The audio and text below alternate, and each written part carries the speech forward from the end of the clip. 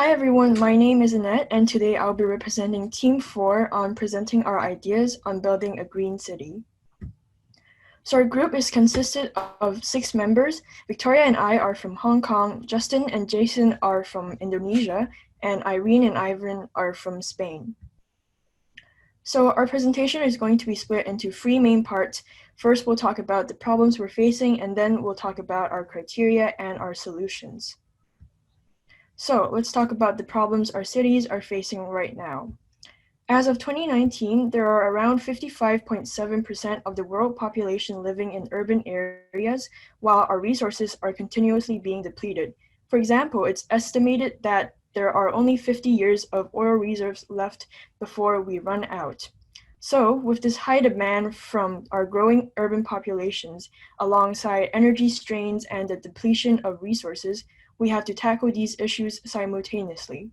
There's also increased pollution and higher carbon emissions from urban areas since there are a rising number of cars and more industrial processes, and this all pushes us to the verge of reaching tipping points due to the environmental issues we're facing and the climate crisis.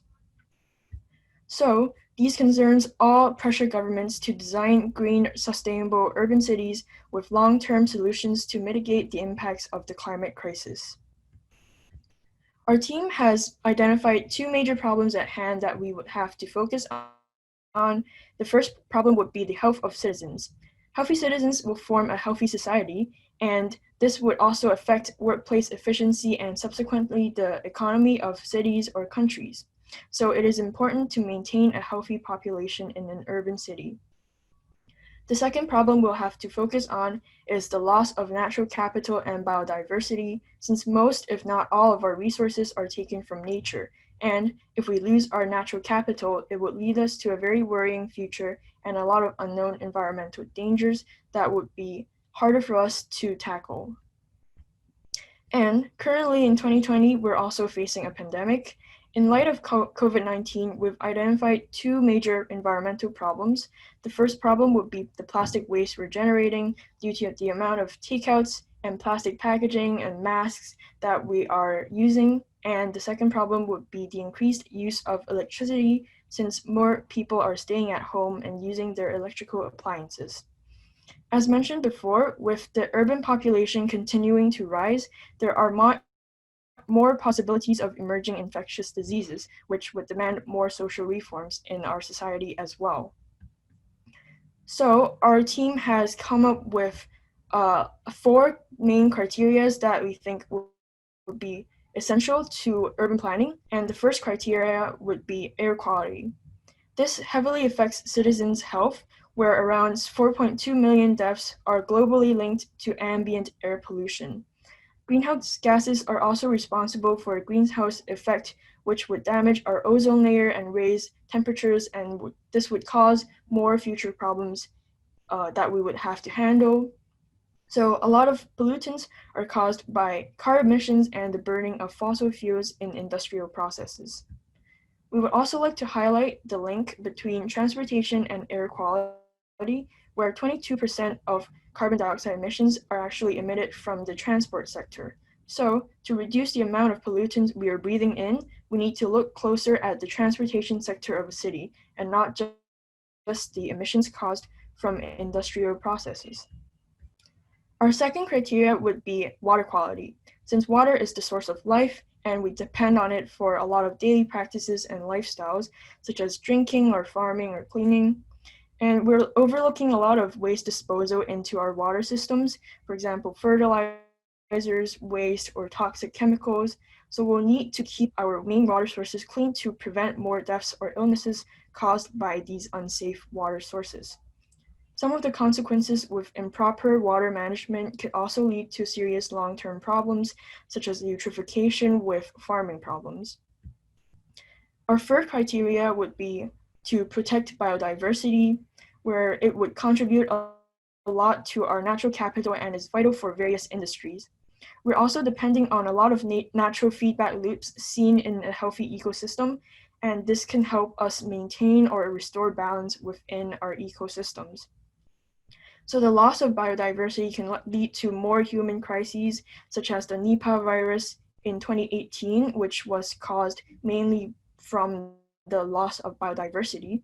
And therefore, our group thinks that there must be minimized disturbance to our natural areas when we develop our green urban environments. And last but not least, our fourth criteria is eco-innovation, where we think that this can be connected to all the other criterias, since it could encourage communities to take into account of environmental concerns and new methods, ideas, and products that are favorable for the environment can be very helpful in changing how our society works and replace our old ways with newer and better ways. This can also help create job opportunities and stimulate the economy from within. So, what are some of the solutions that we have come up to meet all of these four criterias? We're going to talk about our solutions divided into four categories of urban planning, where we will introduce these solutions in these four categories. The first category would be residential areas. Our group aims to create more people-friendly neighborhoods, which would be focused areas for residential uses rather than for other purposes like transportation, commercial, or industrial uses. So this would reduce the pollution that we face in those residential areas.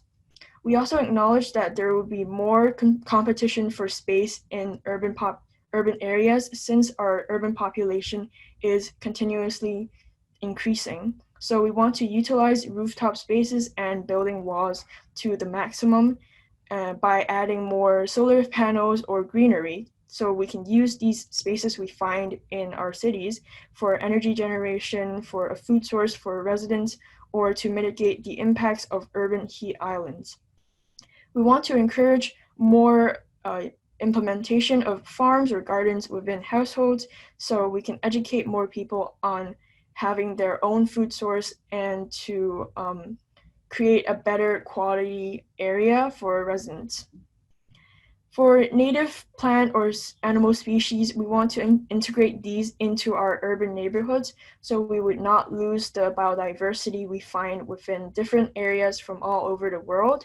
And these plants can also help us lower temperatures and provide residents for a greener, more comfortable city to live in. So, I'm sure that everyone here would know how beneficial it is to be able to have a circular economy in a city. And to do so, we must pay attention to the input and the output of the economy, which would be the resources and waste management. So first, for resource management, our group thinks that more tariffs and campaigns by government should be added by the government or other organizations so we can encourage the production of renewable energy. We want a slow but steady transition from fossil fuels to green technology, since fossil fuels would take a long time to replenish, and we want to stop depending on these diminishing resources.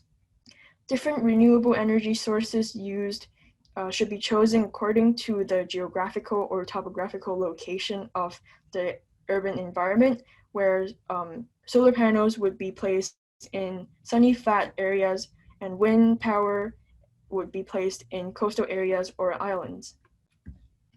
For waste management, we want stricter government supervision where they may require extra fees from factories or companies that have improper waste management, or they could provide more tax benefits for those that do have proper waste management. The extra fees could be put into filtration processes where we can install these and limit the pollutants from entering our air or water systems. It's very important for city planning organizations to not neglect this part of urban design, since the neglect and improper disposal of waste can lead to a lot of future problems. So some solutions can be the uses of biofuel, composting, or more eco-innovative ways to turn waste into a resource. So one very good case study we found is from Sweden with the waste to energy scheme. From this case study, we can see that the benefits and the convenience of these systems are the key factors to implementing these into an urban environment successfully. So in Sweden, they put waste into low-carbon incinerators where they can generate electricity and heating, which would be very beneficial for residents. Citizens can also recycle cans or PET bottles in exchange for money, so there is also this benefit. And the convenience of these waste bins placed into these cities would also help with convincing citizens to adapt to this system.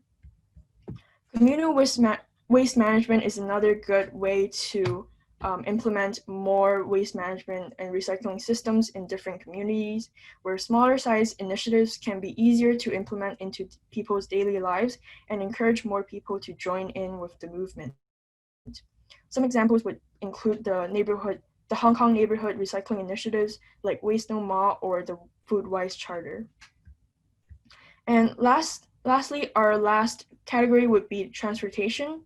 So our group wants to have more bicycle rental systems within these urban areas, like the Velib system in France, and we want to increase the quality of roads and transport systems, such as wider streets or safer public transport spaces, so we can ensure that these transport systems are actually being used by residents.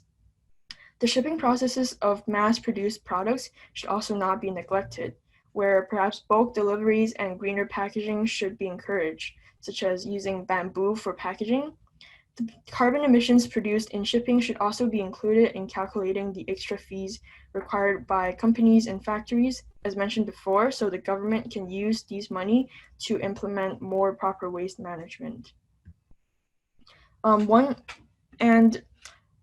For heavy traffic areas, we want to have more congestion fees, such as the Central London Congestion Charge Zone, where we can reduce the pollution found in these areas. One case study is the Barcelona superblocks.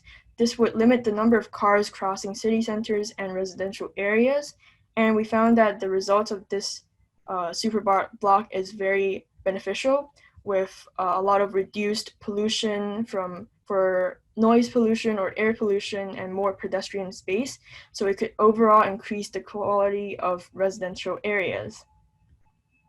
For electrical cars, we want to encourage use of electrical cars through company use, where perhaps more tax benefits can be given to companies with electrical company cars. However, the source of electricity in different cities should be non-renewable, since if they are using fossil fuels, then it might become a bit redundant. And some other solutions that we've also thought of that do not fit into those four categories are eco-innovation, where we can add more competitions or workshops to help young minds raise their environmental awareness, like how GRUEN is doing this conference for us. And more bursaries and financial aid for new eco startups and businesses should also be added, so they can have less disadvantages in transitioning into these industries. Wildlife sanctuaries should also be prioritized to maintain a healthy ecosystem and keep those numbers of native species up in different areas.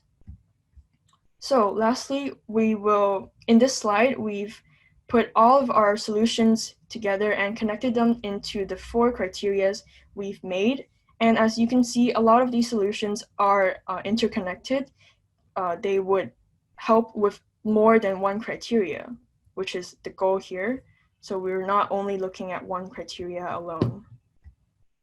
To conclude, although planning an urban environment is difficult with a lot of factors to keep in mind, where we're not even able to cover all the aspects of urban planning in this presentation, it's especially important that environmental aspects are to be acknowledged in urban planning. A nexus approach should be used by governments, where they would take account of all criteria instead of focusing only on one criteria when developing urban cities. And problems should be tackled not when they arise, but before, so